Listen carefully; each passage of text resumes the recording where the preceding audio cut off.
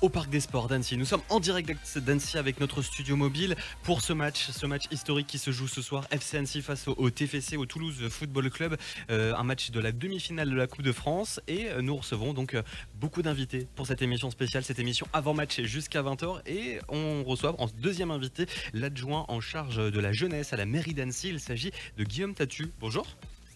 Salut à tous. C'est toujours le titre, ça fait très chiant. Ah oui, alors, un maire adjoint, qu'est-ce que ça va être chiant.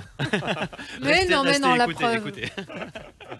Avec ce match, c'est toute la ville d'Annecy. C'est pas juste ici dans le Parc des Sports, c'est vraiment toute la ville qui est en train de vibrer pour soutenir les Annéciens. C'est ça, c'est-à-dire que c'est une collaboration entre le club et la ville d'Annecy avec ma collègue maire adjointe Catherine Allard et même le maire et puis toute l'équipe. L'idée, c'est de faire de cette fête du foot une fête de sport et une fête populaire, parce que des événements comme ça post-Covid voilà, ça fait vibrer les gens. C'est un bel événement qui fait vibrer les gens. Et je crois qu'on a tout notre rôle à jouer pour que la ville fasse une grande fête, avec, j'espère, bien sûr, la victoire au bout.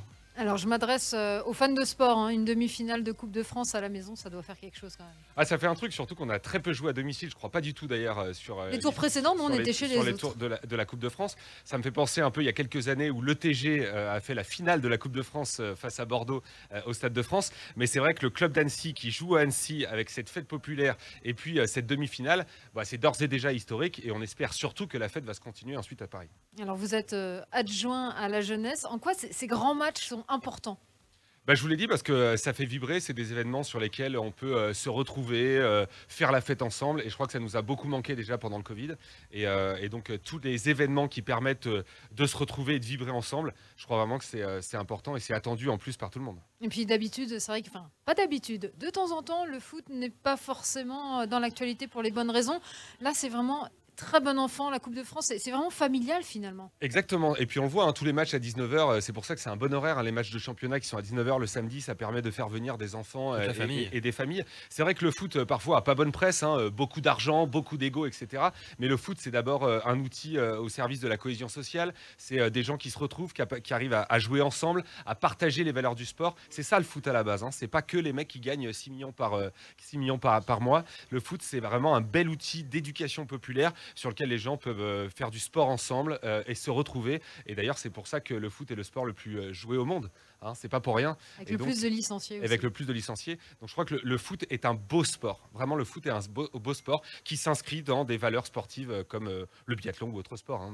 Ouais, le foot est un beau sport. Ouais. Et en plus, le FC Annecy noue des partenariats pour justement former les jeunes générations, pour avoir cette idée de transmission, de faire vivre la passion à vraiment dès le plus jeune âge. C'est vrai qu'on en discutait avec le président Sébastien Faraglia il y a quelques jours encore. C'est vrai qu'il y a la partie pro avec l'équipe de foot qui va jouer ce soir. Et puis il y a tous les à côté. C'est-à-dire que le FC Annecy aujourd'hui est le club qui met le plus d'argent pour l'égalité des chances, pour le foot dans les quartiers, pour la formation du foot féminin.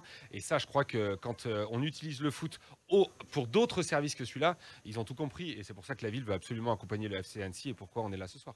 Alors Guillaume Tatu, dans les tribunes, vous êtes plutôt silencieux, vous vraiment vous donnez de la voix? Alors souvent je suis à côté du président Sébastien Faraglia, alors lui il a la capacité d'être très calme et de réagir à une action 5 secondes après, c'est-à-dire que d'un coup vous le voyez taper du pied, mais c'est parce qu'il y a un but qui a été loupé quelques secondes avant. Ça balance ce soir. Alors, ça balance grave.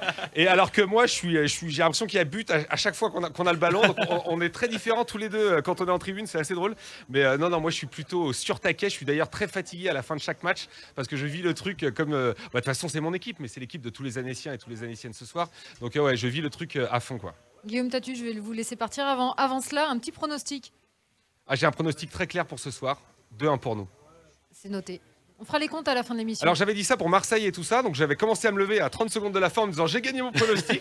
Et puis bon, ça s'est passé un peu autrement, mais bon, l'important c'est qu'on soit passé, qu'on soit là ce soir, et surtout qu'on fasse une belle fête, qu'on gagne et qu'on se retrouve à Paris. Merci Guillaume Tatu d'avoir été avec nous. Merci beaucoup. Merci Bon match. Merci beaucoup, bon match.